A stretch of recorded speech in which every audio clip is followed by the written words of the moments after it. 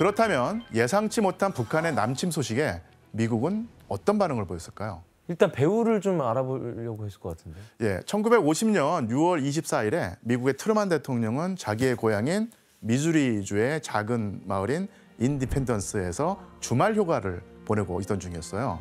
그러다가 밤 10시 즈음에서 전화 한 통을 받습니다. 바로 에치슨 국무장관이었고요. 에치슨 아까 그 사람. 에치슨은 북한이 38선을 넘어서 남한을 침공했다고 보고를 합니다. 1950년 6월 25일 새벽 4시에 북한군이 38선에서 남침을 시작했습니다. 탱크를 앞세운 북한군이 개성을 점령하고 춘천을 포위했으며 동해안으로도 상륙했습니다. 한반도에서 전쟁이 발발했다는 급작스러운 소식에 놀라긴 했지만 트루먼은 곧바로 에치슨 국무장관과 전략을 논의하죠. 그리고 두 사람의 결정은 6.25 전쟁에 미국이 군사력으로 대응하되 유엔 안전보장이사회의 승인을 거쳐서 대응하자는 것이었습니다. 그런데 트루먼이 유엔 안보리의 승인을 받으려 했던 데는 또 다른 실질적인 이유가 있었습니다. 바로 6.25 전쟁에 미국이 가능한 한 빨리 개입하기 위해서였어요. 빨리? 그러니까 왜냐하면 미국 의회의 승인을 거쳐서 전쟁 개입 여부를 결정할 경우에 내부 승인 절차 그리고 미국 의회 내에 전쟁 개입에 반대하는 의원들이 있을 수가 있거든요. 이런 것까지 고려하면은 트루먼은 미국 의회의 승인을 거치지 않고 시간이 오래 걸리니까 유엔 안전보장이사회를 활용해야 한다고 판단했던 것이죠. 그게 더 빠르구나. 빨리 들어가기 위해서. 예. 교수님, 유엔 안전보장이사회가 뭐길래 미국이 그런 전략을 짠 겁니까? 흔히 안보리라고 부르는 유엔 안전보장이사회는 유엔의 핵심 기구입니다. 국제 분쟁 조정이나 국제 평화 유지를 위한 일들을 집행하는데 중요한 것은 이 안보리의 결정은 법적 구속력을 갖고 있었고 회원국들은 반드시 그 결정 사항을 이행해야만 한다는 것입니다. 아, 강제성이 있다는 거네요. 예, 트루먼은 이런 안보리의 강력한 힘을 통해서 6.25 전쟁의 개입의 정당성을 확보하려고 했던 것이죠.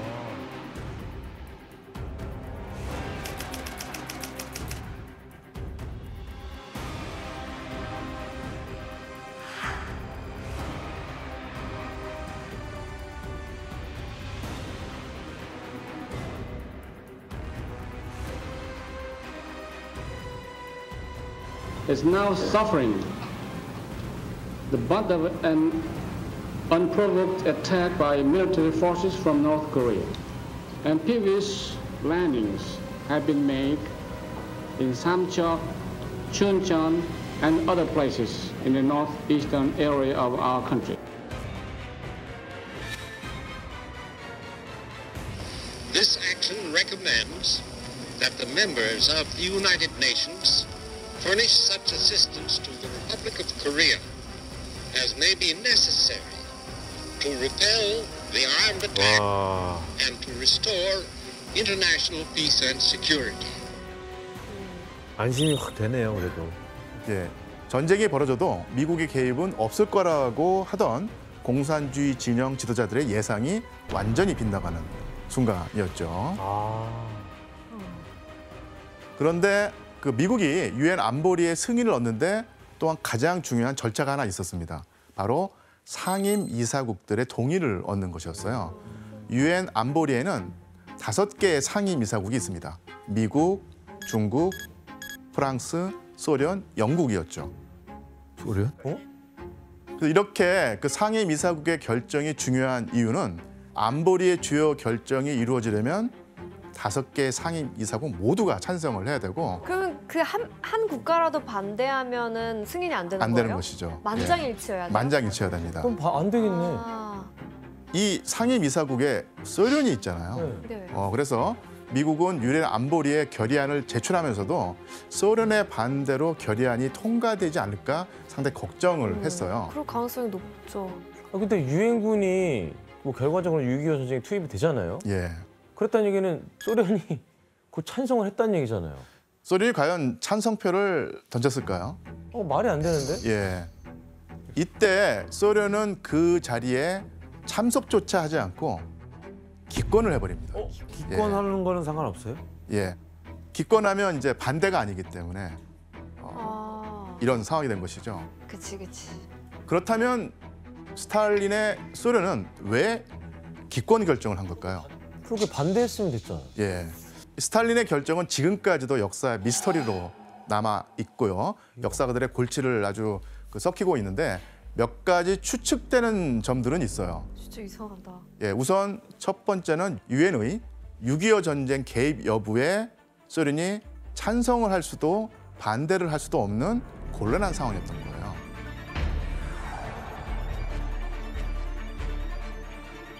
그러니까 스탈린이 이 전쟁에 개입할 것을 끝끝내 숨기려고 했던 것으로 알고 있죠. 이런 점을 고려할 때 그 자리에서 만약에 소련이 거부권을 행사한다면 6.25 전쟁의 배후에 소련이 있다는 것을 인정하는 셈이 될 테니까 그런 선택은 또 피해야 했던 것이고요. 그렇죠. 그쵸. 대놓고 인정하는 거니까. 반대로 거부권을 행사하지 않으면 다른 공산주의 진영 국가들에 대한 배신을 의미했기 때문에 이 또한 파장이 상당히 큰 선택이었습니다. 그 양다리를 교묘하게 걸쳐놓은 예. 거네요. 그래서 이러지도 저러지도 못하는 입장에서 소련이 기권을 했다는 추측이 또 있고요. 그게 맞는 것 같은데. 두 번째는 스탈린이 유럽에서 공산주의를 지키기 위한 목적으로 의도적으로 기권했다는 추측도 있습니다. 당시 그 공산주의 정권 아래 있던 나라가 그러니까 체코슬로바키아인데 체코슬로바키아의 대통령이었던 클레멘트 고트발트가 유엔 안보리 불참에 대해서 스탈린에게 항의를 한 적이 있었어요.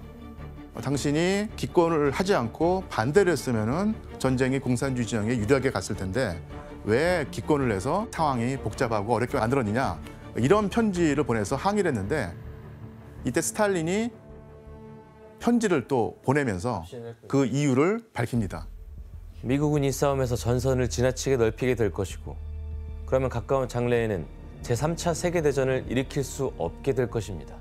제3차 세계대전은 연기될 것이고 이렇게 되면 유럽에서 공산주의를 굳힐 시간이 생길 것이며 더구나 미국과 중국이 싸우면 극동의 전 지역이 혁명화할 것이면 두말할 나위도 없습니다.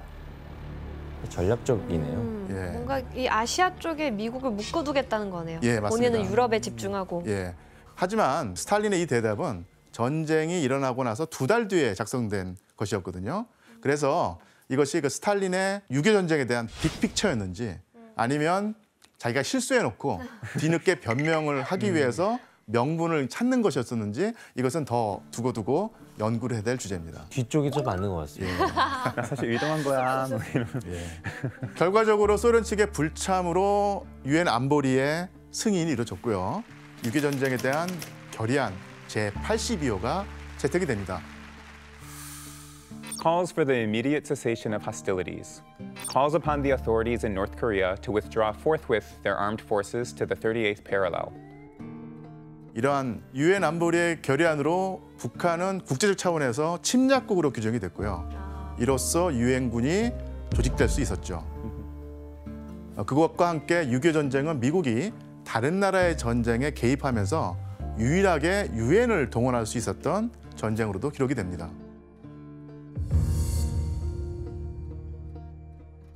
근데 저는 궁금한 게 이렇게 솔직히 안중에도 없던 이 한반도 예. 미국 쪽에서 볼 때는 예.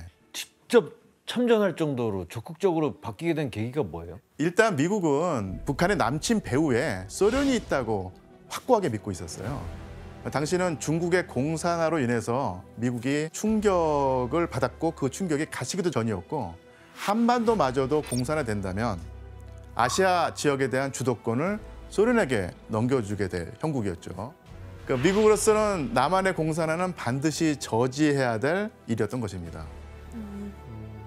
그리고 여기에는 국제사회에서 미국의 신뢰도를 유지하기 위한 목적도 작용했는데요.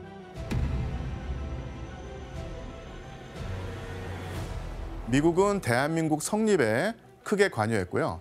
만약 이 전쟁에서 미국이 개입하지 않는다면 동맹 국가들에게 신뢰를 잃을 것이라고 판단했던 것입니다. 그치. Korea is a small country, thousands of miles away. But what is happening there is important to every American. On Sunday, June 25th, communist forces attacked the Republic of Korea. Free nations must be on their guard, more than ever before, against this kind of sneak attack. We are united in detesting communist slavery. We know that the cost of freedom is high, but we are determined to preserve our freedom no matter what the cost. 다만 트루만도 6.25 전쟁에 개입하면서도 소련과 전면전으로 치닫는 사태를 피하려고 하는, 그리고 조심해야 한다는 입장을 가지고 있었습니다. 복잡하네. 자, 그리고 또 한 가지, 미국이 6.25 전쟁에 급히 개입한 데는 당시 미국 내 정치 상황도 큰 역할을 했습니다.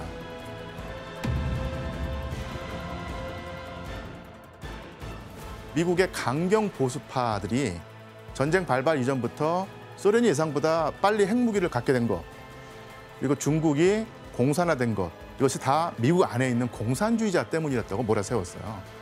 근데 그와 함께 트루만이 소련에 물러터진 대응을 하고 중국 공산당을 방치해서 중국을 통째로 공산주의 진영에 갖다 바쳤다면서 국익을 해치고 있다고 아주 트루만을 거세게 공격하고 있었습니다.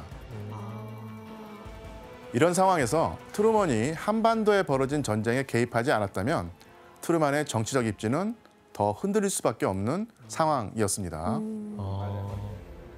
자, 그렇다면 미국이라는 세계 최강국이 6.25 전쟁에 개입한 뒤에 전쟁의 양상이 어떻게 달라졌을까 이제 궁금한데요.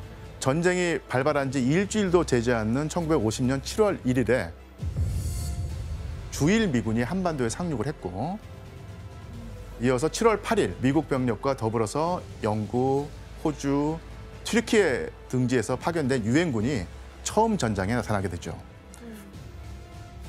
6.25 전쟁 때 유엔 깃발을 꽂고 나타난 참전국은 총 16개 국가였습니다. 그리고 1953년까지 총 34만 1천여 명을 파견했습니다.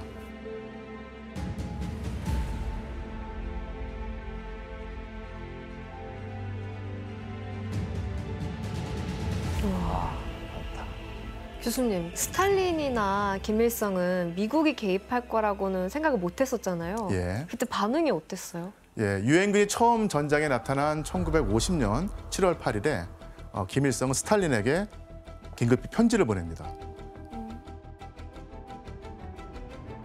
Я вынужден обратиться к вам с просьбой разрешить использование 25-35 советских военных советников в штабе фронта Корейской армии и штабах двух армейских групп, так как национальные военные кадры еще недостаточно овладели искусством вождения современных войск. 당시는 북한군이 경기도 오산에서 미군과 교전을 벌이고 있는 상황이었고요. 미국의 대대급 병력에 북한군 2개 사단에 발이 묶여 있었어요. 이렇게 미군이 전격적으로 6.25 전쟁에 뛰어들게 되고 전쟁 초반에는 북한군의 파죽지세 공격에 밀리던 형국이 되기도 했지만 9월이 되자 맥카더 장군의 인천 상륙 작전으로 상황은 반전되죠.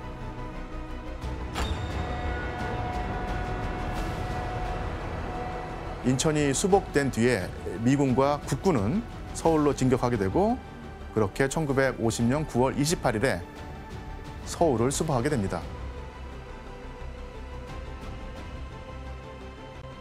다행이다. 드디어.